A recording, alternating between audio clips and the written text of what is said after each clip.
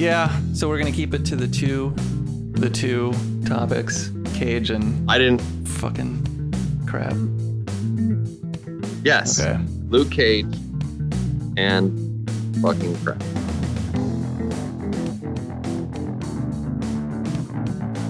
Hello, everyone, and welcome back to another episode of Wednesday Night Gentlemen Multimedia Empire official podcast. This is episode number 4.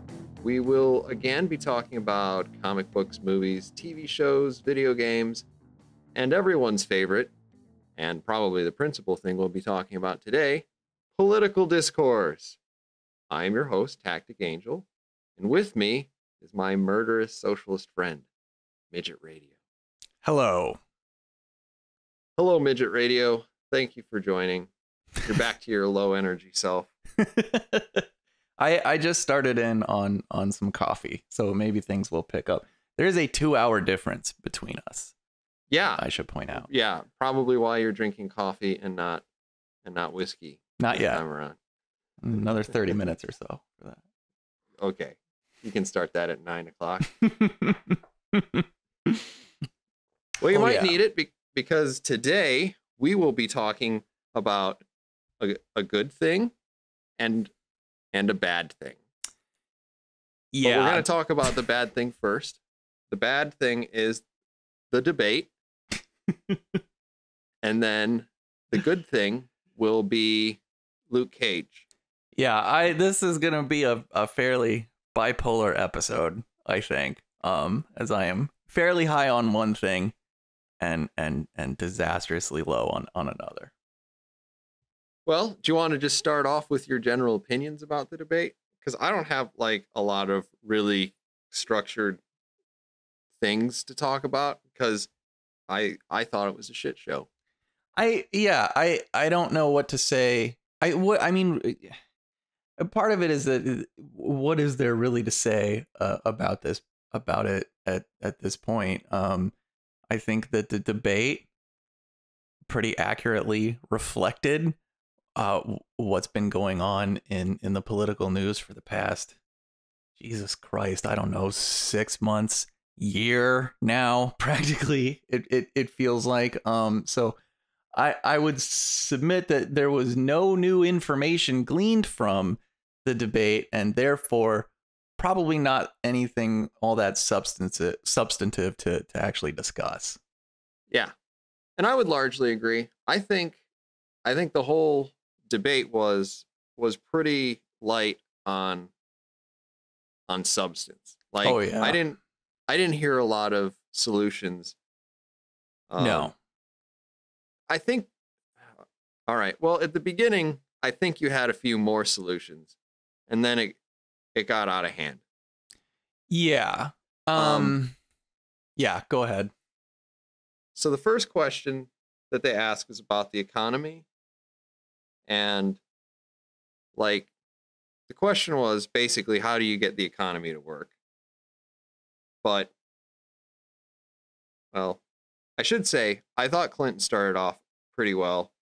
I don't agree with a lot of the things she says, but I feel like she presented it reasonably well. Then it went to Trump, and I felt like he started at a lower place, and his message was much more simple about like all of our jobs leaving to China and Mexico. Yeah. And he did hit corporate taxes. That's a thing that I agree with that needs to probably be looked at. I don't know how you renegotiate trade deals. I just assume that you say that we're not going to honor them unless we get to renegotiate our contract. It's been done. It's not a real sexy part of politics, if there's such a thing. Yeah. Yeah. I don't know. We can talk about just the first part. We can go through it line by line. I don't know. God, no. I do not want to do that. I don't know. I guess I had maybe a slightly different reaction. I actually thought, I mean, I totally agree. Trump's line of attack, at least on, or line of criticism on the economy was extremely simple. I mean, in my estimation, it felt like largely his point was, well, there's a trade deficit with like every country that we do business with, and that is bad. I don't think that. Well, while I imagine, and not that I am an expert on trade deals or anything, but while I imagine that line of thinking is somewhat overly simplistic, I don't know that Clinton did a very good job of actually of responding to that, of challenging that particular sentiment, and probably because it's a fairly complicated thing to challenge in a simple manner that would conform to the style of a debate. Because it's easy to say, well, there's a deficit, and deficit is a bad word. So therefore, all of our trade deals are terrible and poorly mishandled.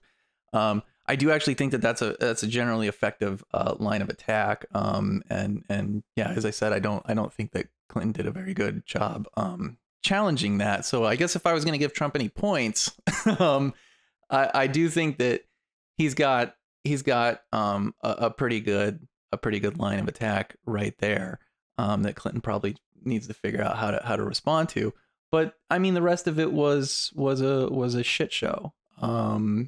So I mean, even as the trade issue seems at least somewhat substantive, it was still handled in an overly simplistic and ridiculous manner. So I guess I don't want to give the impression that I feel like anything substantive was really discussed by talking about this trade issue. But of all of the things that were discussed, that felt the most substantive, I guess. Yeah. No, I think it started at a relatively like fourth grade level, and then by the end of it was monkeys throwing shit at each other. Yeah. What I do want to say, kind of to your point, is like I think it would have been hard for Clinton to talk about that, because when I was listening to Trump, I was listening for the subcontext. He mentioned Michigan, Ohio, and Pennsylvania a lot. Yeah. And these are places that have lost over the course of several decades a lot of jobs to basically outsourcing our manufacturing to other countries. And I think he was trying to hit at that because he was trying to move into those areas, because he has to win. I mean, he has to win Ohio for sure. It would be nice for him to pick up Pennsylvania or Michigan, though I think it's kind of a fool's errand. But like then for Clinton, she's going to be in a hard place because she's basically backed all of these trade deals. Yeah. And how do you say, yeah, we need to renegotiate these when you were on the front line trying to get them approved and not look like you just make mistakes? Yeah. And right? I think that, not that there's no defense for that. Because I mean, obviously a trade deal is an enormously complicated process that does not focus solely on manufacturing jobs in generally Midwestern states. But I don't know that there's an effective way for her to counter that will conform to a soundbite or a hashtag. Oh yeah. So I think this would be I think this whole subject for her is she's going to have a tough time talking about it in a debate format. Yeah. Because she has to give an answer within 90 seconds. And that, I mean, that is what is so colossally frustrating about this election cycle, because I mean, I'm sure it surprises none of our two listeners. You tend to lean a little bit right, and I tend to lean a little bit left. But what's extremely disappointing is that I miss the kind of high stakes competitive politics that we've seen in elections past, that where things like what we just discussed. How does Clinton distill into a bite-sized comment any kind of legitimate or rational defense for her position on trade? That would typically, I think, if this was, Romney versus Obama or McCain versus Obama, or Bush v. Clinton or whatever, what we're discussing, you might actually see play out in the campaign. But this cycle, it doesn't really matter. It just doesn't seem to matter, because we've got one candidate who just cannot stay away from personal attacks, and another candidate who responds in kind. The policy defenses, the defenses on positions regarding foreign policy or anything like that just doesn't seem to matter at all this cycle. So it feels like the conversation we're having is just a complete waste of time, I guess. So you think this may all come down to personality? Yeah, it seems like that's all it's ever been about, honestly. That it seems like that's been it 100%. Because nothing that has been said regarding almost any other issue makes any sense at all. I mean, the stuff about how do we defeat ISIS? It's like they're talking about some situation that's happening on a different planet, where we can just say, well, we're going to decimate ISIS, or you're giving away your plan to the enemy, when no one really has a legitimate plan for ISIS, and the situation is so enormously complex. And statements like you've been fighting ISIS for your entire adult life, it doesn't matter. It just doesn't matter that he said that and that it's completely wrong. I mean, none of it. It just seems like a war of personalities, and this guy is pure evil, and this lady is actually the devil. So cast your vote accordingly. Ooh, okay. So, did you feel like either of the candidates had any good moments? No.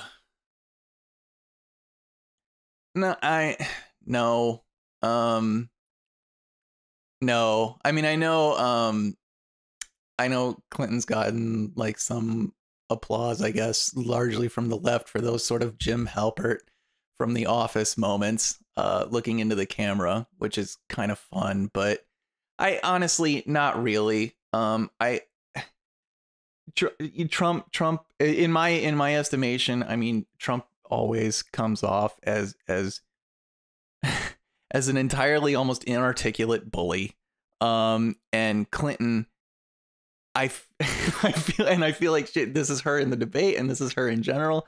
Clinton cannot seem to figure out how to interact in front of a camera in a way that makes her seem like a human being. I almost feel like she has some of the same issues that Romney kind of ran into in 12, where there's just something robotic about both of these candidates, and every social interaction seems to go through this complicated mathematical process, and more often than not, the math is wrong. So, yeah. Well, I think most people would probably be really pleased with the opportunity to vote for Romney bot this time around.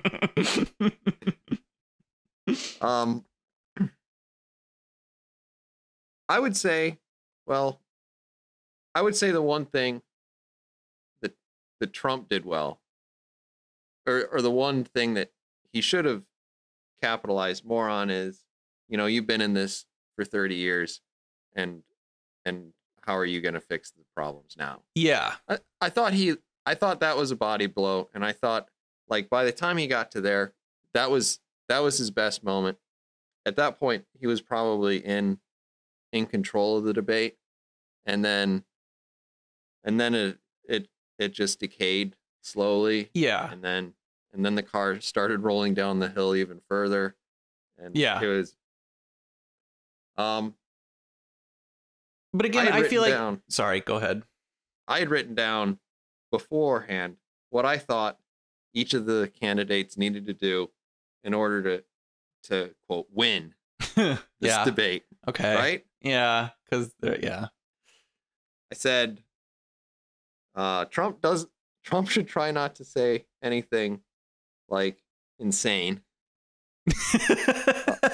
Yeah, I'd agree with that. He should attempt to appear serviceable policy-wise. And he needs to appeal to middle working class people.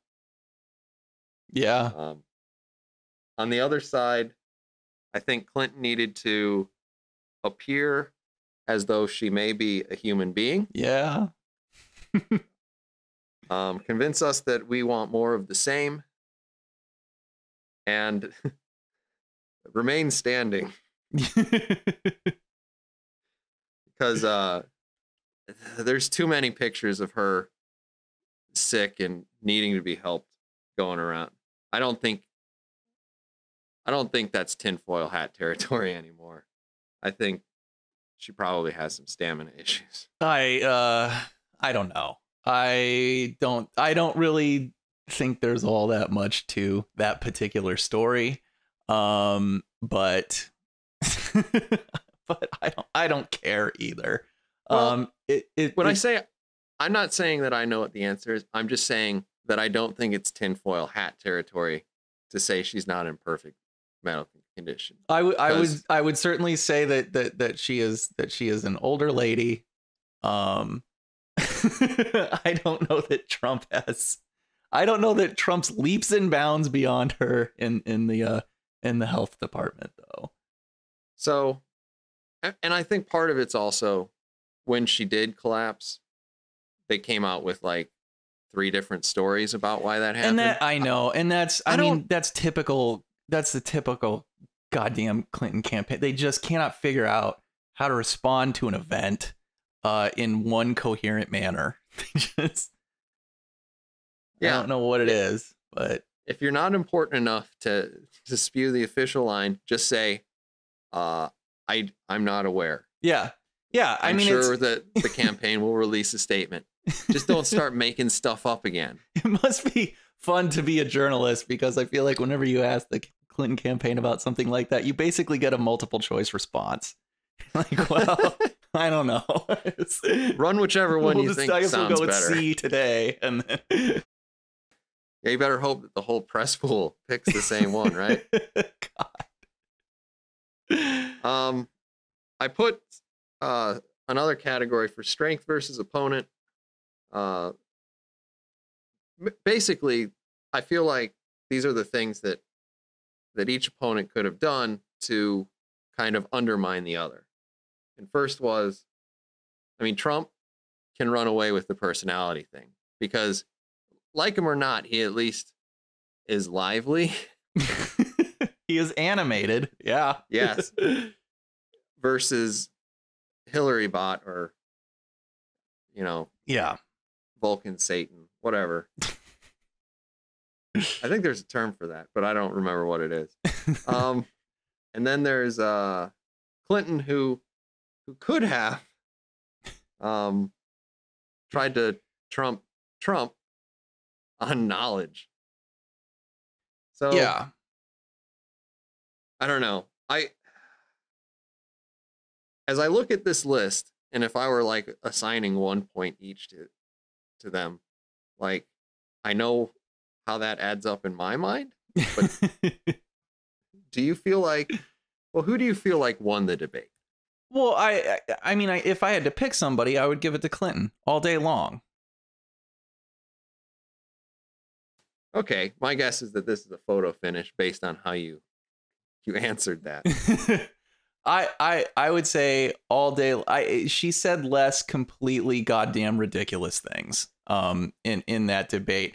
And for me personally, someone who can string together a sentence, whether they are right or wrong, or whether you agree with them or not, are probably automatically going to win for me in any debate setting. I cannot I don't know what it is. But it's almost like everything he says, he is in the middle of revising it.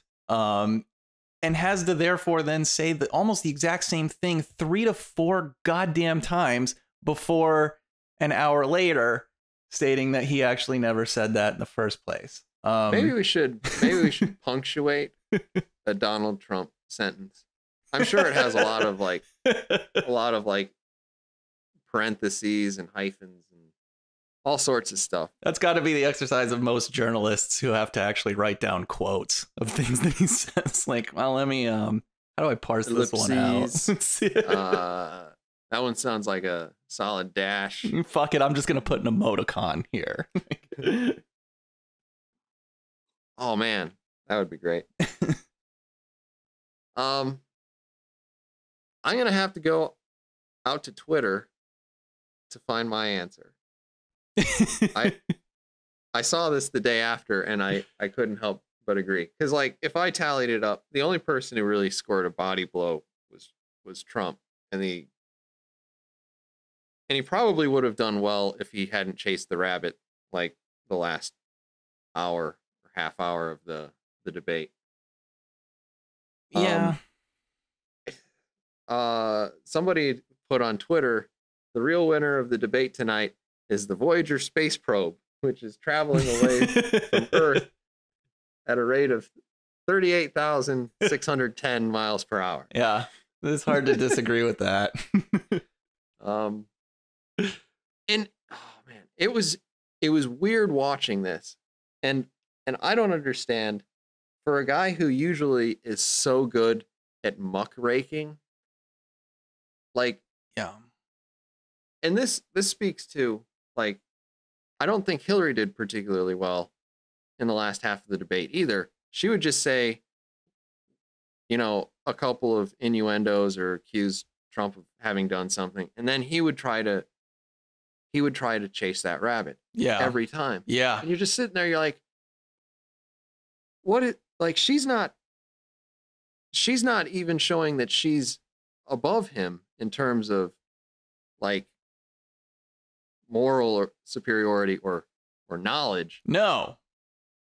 And then like, well, knowledge, to be honest, I gotta disagree with you on that. I think no, but in the demo, and just going through and saying, well, you said this about Rosie O'Donnell, and 43 years ago, one of your companies was sued for housing discrimination. It's like, at a certain point, you're like, Trump, just say something typically Trump. Say, hey, you know me, I've got all the best stuff. I've got great companies. Yeah. I've got great hair. I've got great whatever. Just name all the things that you're great at. But if you want great scandals, you can look at her. Because all you need to do, like, he stayed, I don't think he brought one up. He didn't bring up, obviously, her husband's several indiscretions. He didn't bring up. No. He did bring up the emails. Not really. Not to any significant degree. But no. he needed to basically just back them off. And I think to a certain degree he was at a disadvantage because, like, the questioning was basically like, we don't like your scandals. And they never really asked her about any of her scandals, I guess. Again, though, I mean, he is a minefield. He is a treasure trove of, hey, remember when you said this on Twitter yesterday? What about when you said this the day before yesterday? What about when you said this at 3 a.m. on the very same morning? I mean, he's got just a laundry list of stuff like this. And when you look at Clinton, it's emails and Benghazi. Those are the two gigantic issues which have been litigated to death in the public already. Trump is a constant. There's something new every damn day with him. So it doesn't surprise me at all that the focus would be on that. I mean, think of all the stuff that he said that wasn't raised in the debate at all. Like, so you don't think John McCain's a war hero? I mean, stuff like that, which we just totally blow past because, again, it's something new every single day with him. So, yeah, I don't know. I don't know that I have that much of an issue with that, or that I feel like that's really even a slightly unfair. I mean, he's doing it to himself. Well, the thing is, like, you can say whatever you want about Trump's scandals. Like, they, unless we learn something else, they haven't gotten people killed, and they haven't like screwed up large areas of the globe. Well, and we're gonna probably more towards that probably speaks more towards competence of her time in you know, the Secretary of State's office. Yeah, we're gonna probably get into some disagreement, I'm sure, on that. I mean, obviously, he's a private citizen, so we don't have to talk about it because nobody brought it up. It is true. Nobody really brought any of that up. But yeah, I mean, you know, we blew past. Nobody brought up Trump University, the fact that he may have paid off. What the hell was that? The Florida attorney, was she a district attorney? I think. During she's a possible the AG. So during a fraud investigation, I mean, it was not. I can't say that it was in any way remotely unfair to him. There was a ton of stuff that he was not challenged on, and again, it's just a matter of numbers. He's got a healthy volume of rather scandalous stuff in his past. It may not be on no one of those scandals. I would say is probably on the scale of something like Benghazi or the emails. Though again, what her complicity in particularly the Benghazi issue is obviously a matter of debate to some degree. But again, and I mean, he was a private citizen, so I don't know why he would ever be involved in something that would have the scale of something like Benghazi. But it's hard at the same time to then project him into the office of the presidency and say, well, yeah, there's no chance that any decision he makes is going to negatively affect the lives of any Americans or get anybody killed. That's just because it hasn't happened yet, I guess. I can't say I got a lot of faith. I was actually thinking, as I was saying, you know, all these scandals, like there are several books written about the Clinton Foundation, and I was like, oh, yeah. I get why he probably doesn't bring that up. I wonder, because like when you get into the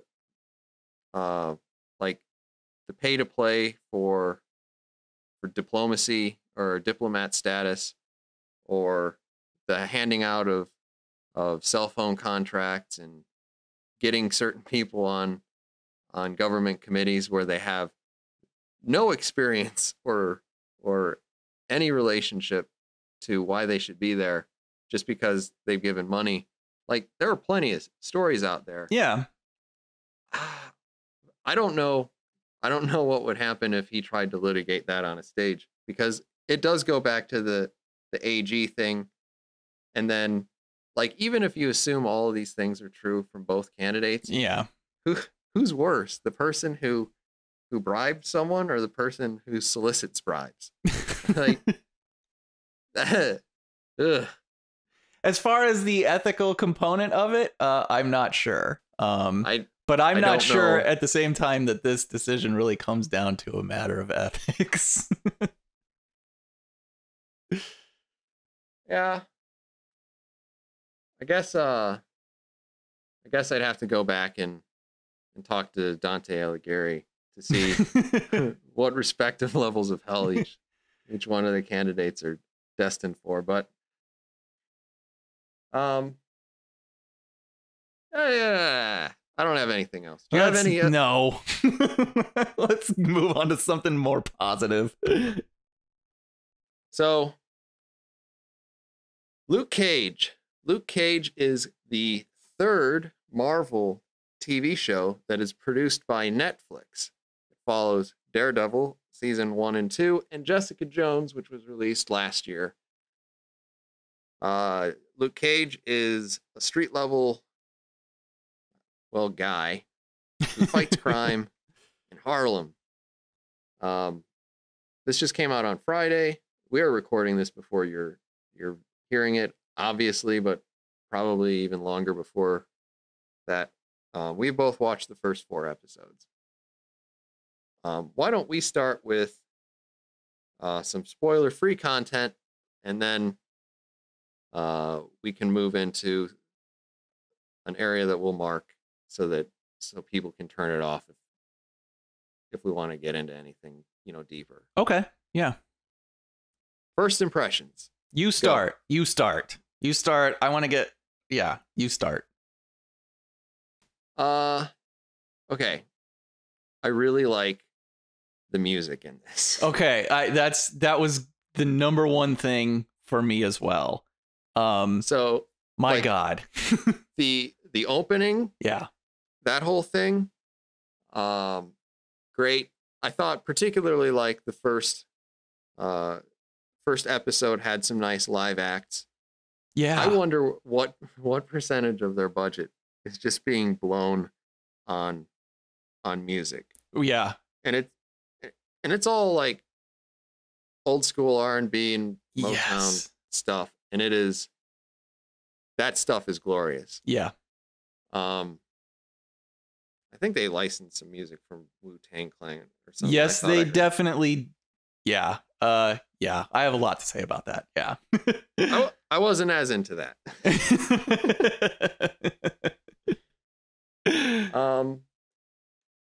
I would say, in terms of like watching the show, it's competent. It does an awful lot of world building, which I thought is weird because I think we all understand what Harlem and New York is. And then there's a lot of time spent on like the villains. Yeah. And it's Luke Cage, at least for the first couple of episodes, kind of seems like a background character. I don't know. I don't think I'd argue with that too much. Yeah. I like it though. I'm interested to see what they do with it. A lot of it feels like watching the Bears play, like 5 or 10 years ago, okay, where the idea was to let the defense win, and not to make a lot of mistakes. Yeah. So where like Daredevil goes for it, and Jessica Jones also, I feel, went for it until they ran out of ideas. Yeah. And then it got just kind of boring and meandering. Yeah. I feel like this is playing it like real safe. Okay. I guess. Okay. Which I think is kind of, I mean, in one way I think it's kind of good, and in another way I think like it's not going to make the most interesting show. Okay. I can see that. Yeah, I can see that. So I'm blown away by the music. We've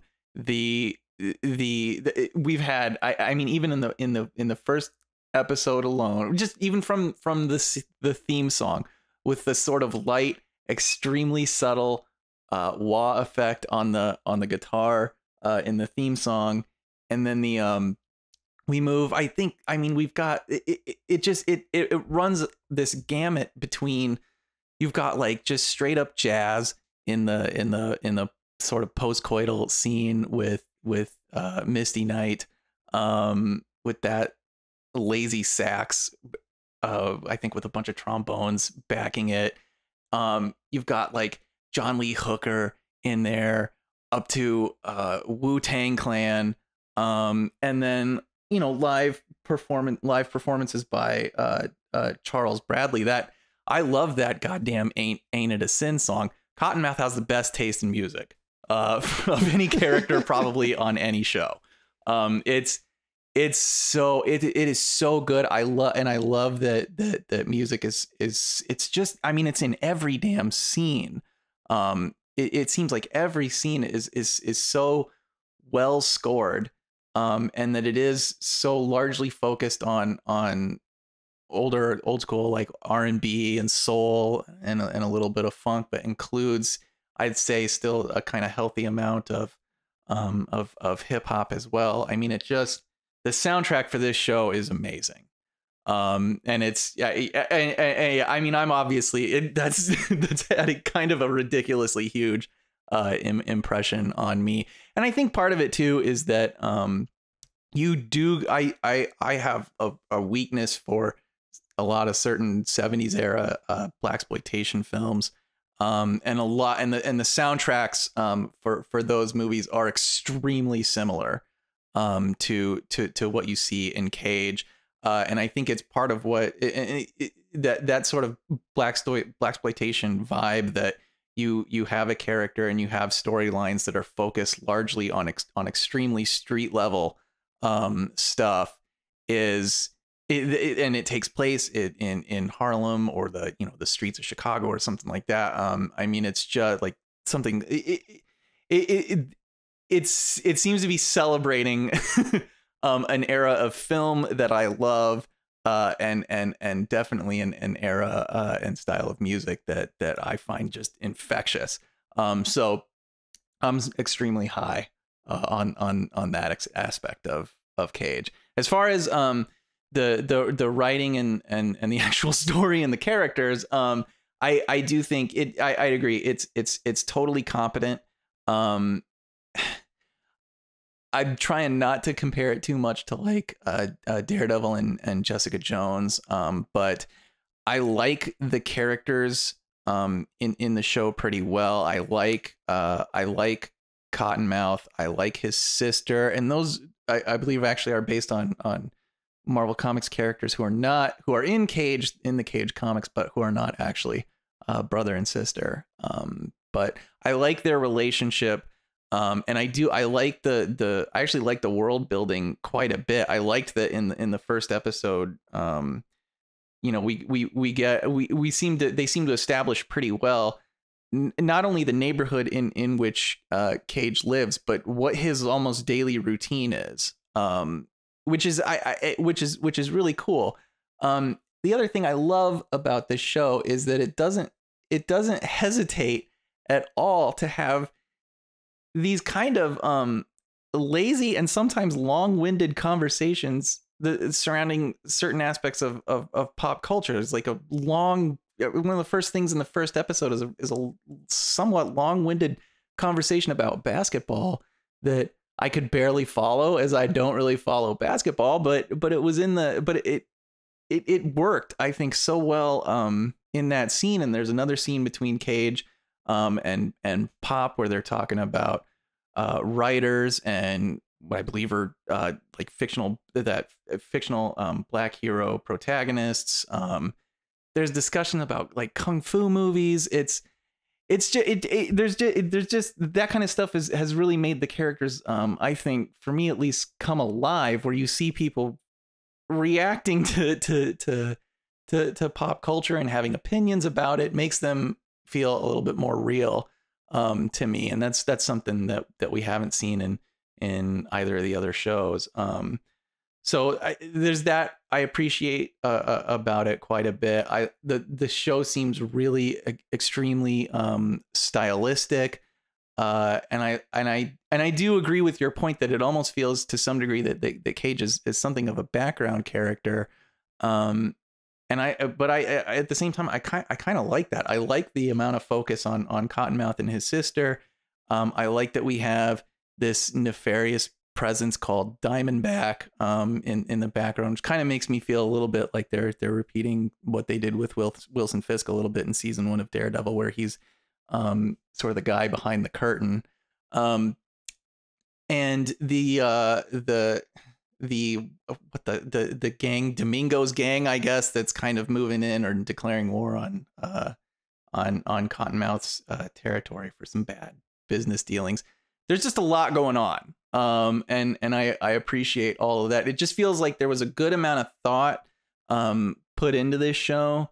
There's been a good deal of world building, which I actually really appreciate. So it feels like And in a way, it seems like a really smart choice because it keeps the show, it keeps the weight of the show from having to be borne entirely on Mike Colter, I think, is the actor who plays Cage, which I think would almost be unfair to him, and which I think was kind of an issue with Jessica Jones, where Kristen Ritter was, I mean, in my opinion, really, she was just about the only good thing about the show, and I felt like she had to bear the entire weight of it, and it really wasn't fair to her. But those are my, I guess, somewhat disorganized thoughts about Cage. Suffice it to say, I'm fairly high on the show, I gotta say.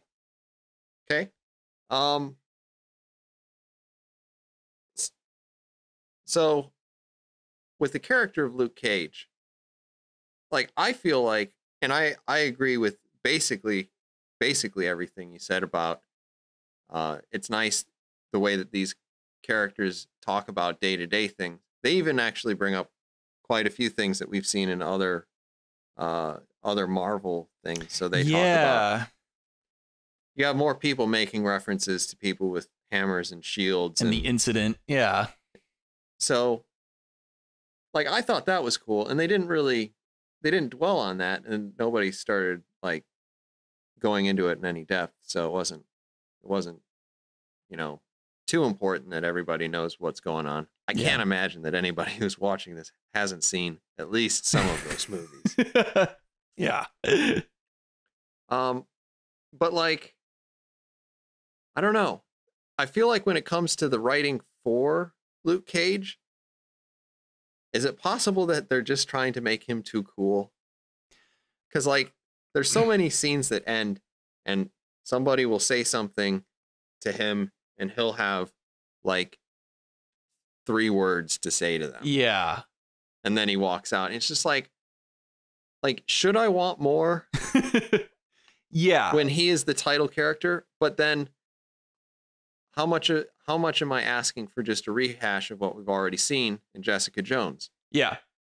Yeah. I agree. And it's actually, it's a little hard for me to evaluate it in some instance, because I keep thinking of, the sort of 70s era movies that I feel like it's paying homage to a lot. And of course, the protagonist in any of those movies is going to have a ton of those scenes.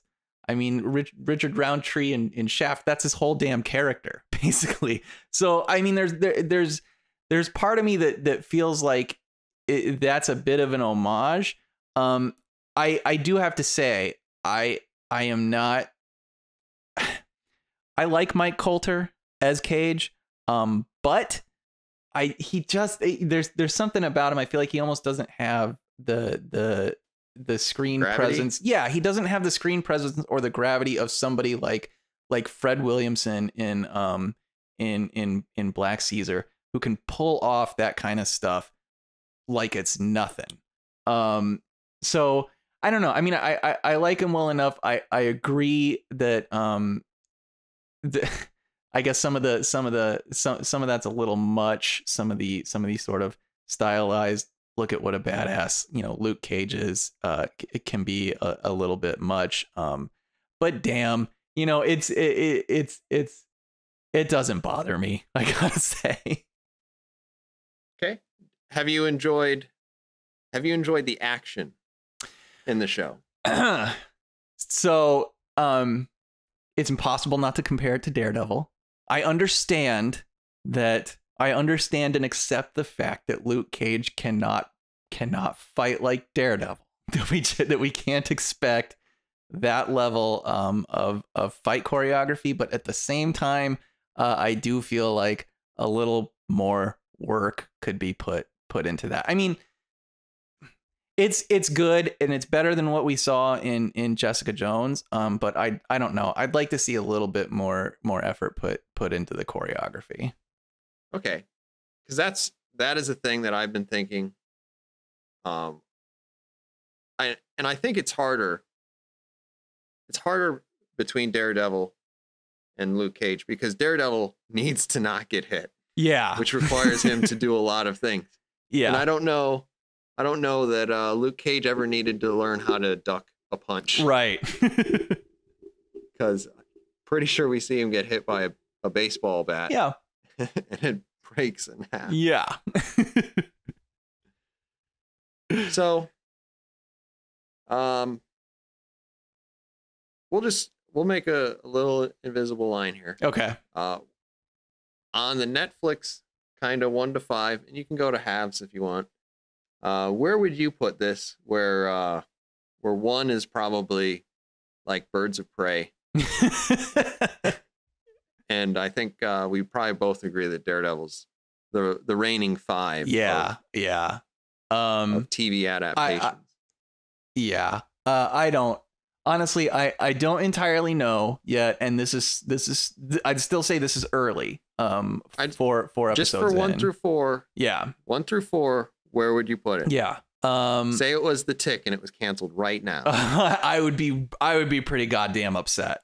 I would probably put it at like 4.5 stars right now. Okay. By the way, for those of you who have watched our previous episodes, The Tick was picked up by Amazon, and better news, so is Jean-Claude Van Johnson. Yes, that's so exciting. And also there was a third show that is called I Like Dick or something like that. Yeah. I probably wouldn't watch that show because I couldn't talk about it. Well, it doesn't have any superheroes in it, and it doesn't take place in space, so no robots. No robots either. 3 strikes. Right now, I would probably put this at 3.5. Okay.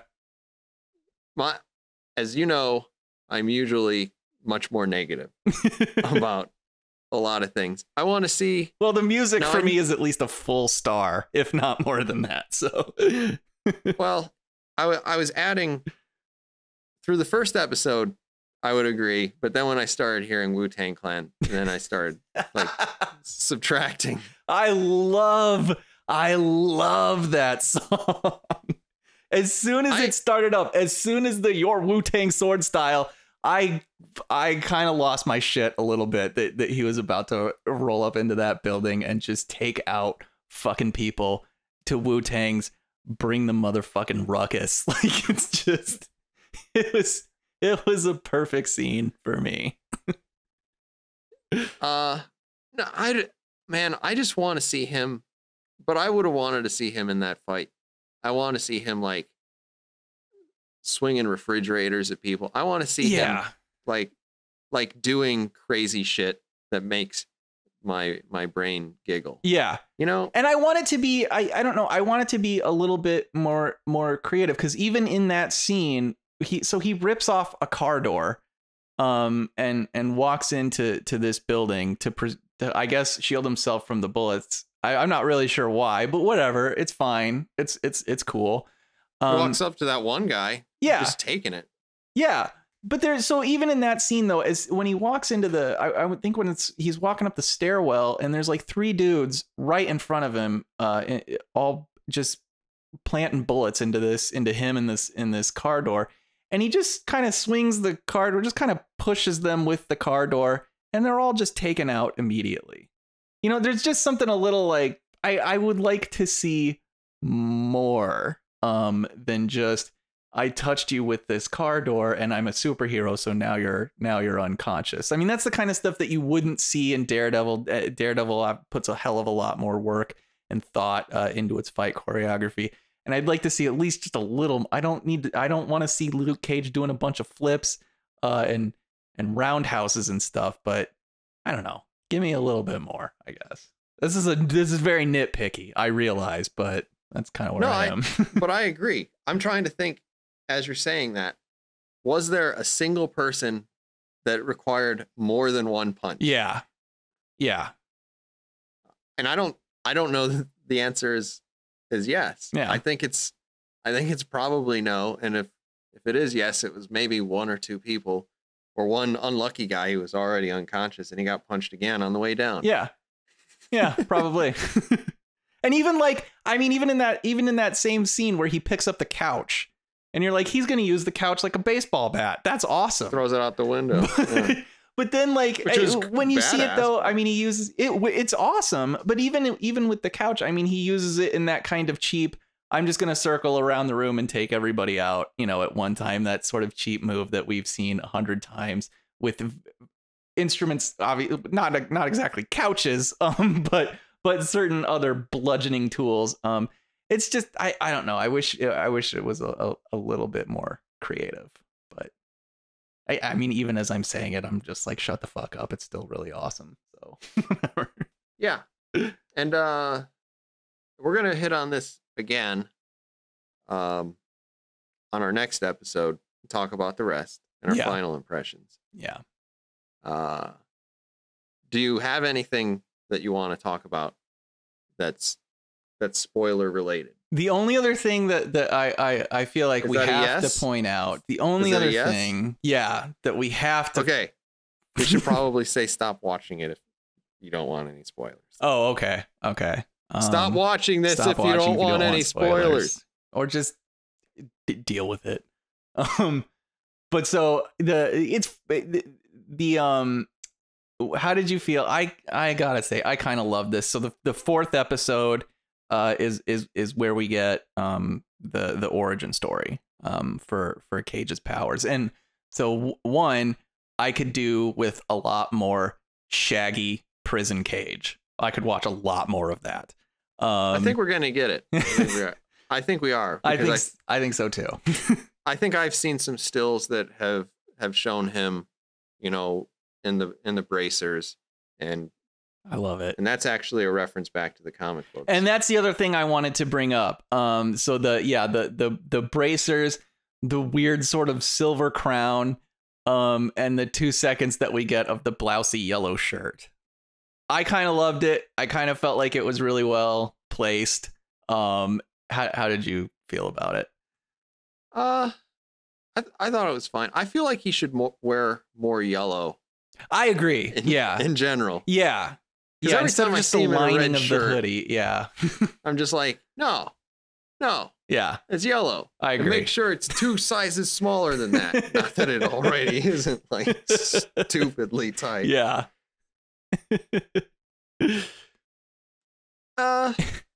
See, the thing is, I don't know that I have ever read a comic book where Luke Cage is in it. I definitely have, but certainly not in a major role or anything. Yeah, if he was in one, he was in the background. Yeah. Well, I'm sure he was in Civil War. Yes, he definitely was. Yeah. Okay, never mind. I've never been like too into it. One thing that I thought was weird was somebody offered him, it was the Chinese couple, offered him money to protect them. Yeah. And he says, I'm no, not for hire. And I was like, aren't you Luke Cage, hero for hire? Yeah. Yeah. I mean, I don't care, but I don't either, but that's your thing, right? Yeah. I wonder if that was intent. It had to be intentional. Oh God, it had to be. Oh God, yes. Yeah. Yeah. I mean, there are too many fairly esoteric references to the comics. Including not just the characters and the costume, but even his. I mean, he looks in the mirror and says "Sweet Christmas." They definitely they definitely know what they were doing, saying I'm Luke Cage and I'm not for hire. That's okay. On a tangent, this goes back to Kristen Ritter.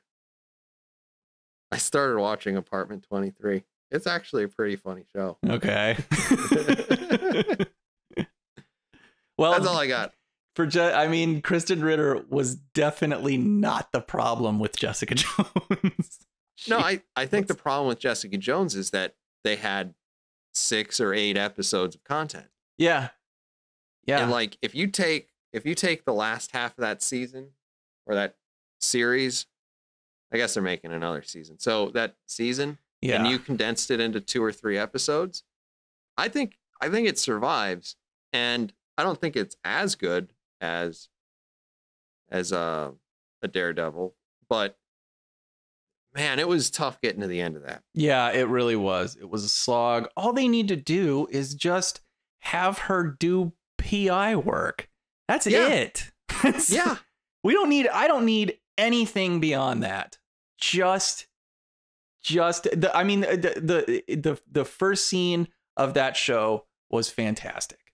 Well, the first episode of Jessica Jones was fantastic. And it was very like trippy and in her head. And after that, they didn't really do that anymore. They didn't. Yeah. It was just, I guess she never takes on any cases really, or does any actual PI work. She just worries about Kilgrave all day. Yeah, that's interesting. Great. I don't know. But so I gotta say, Cage's. My expectations had been somewhat lowered. I mean, we're both super high on season 1 and 2 of Daredevil, and I think we're pretty low on Jessica Jones, and so I was definitely a little like, I don't know if they're gonna be able to make Cage an interesting show.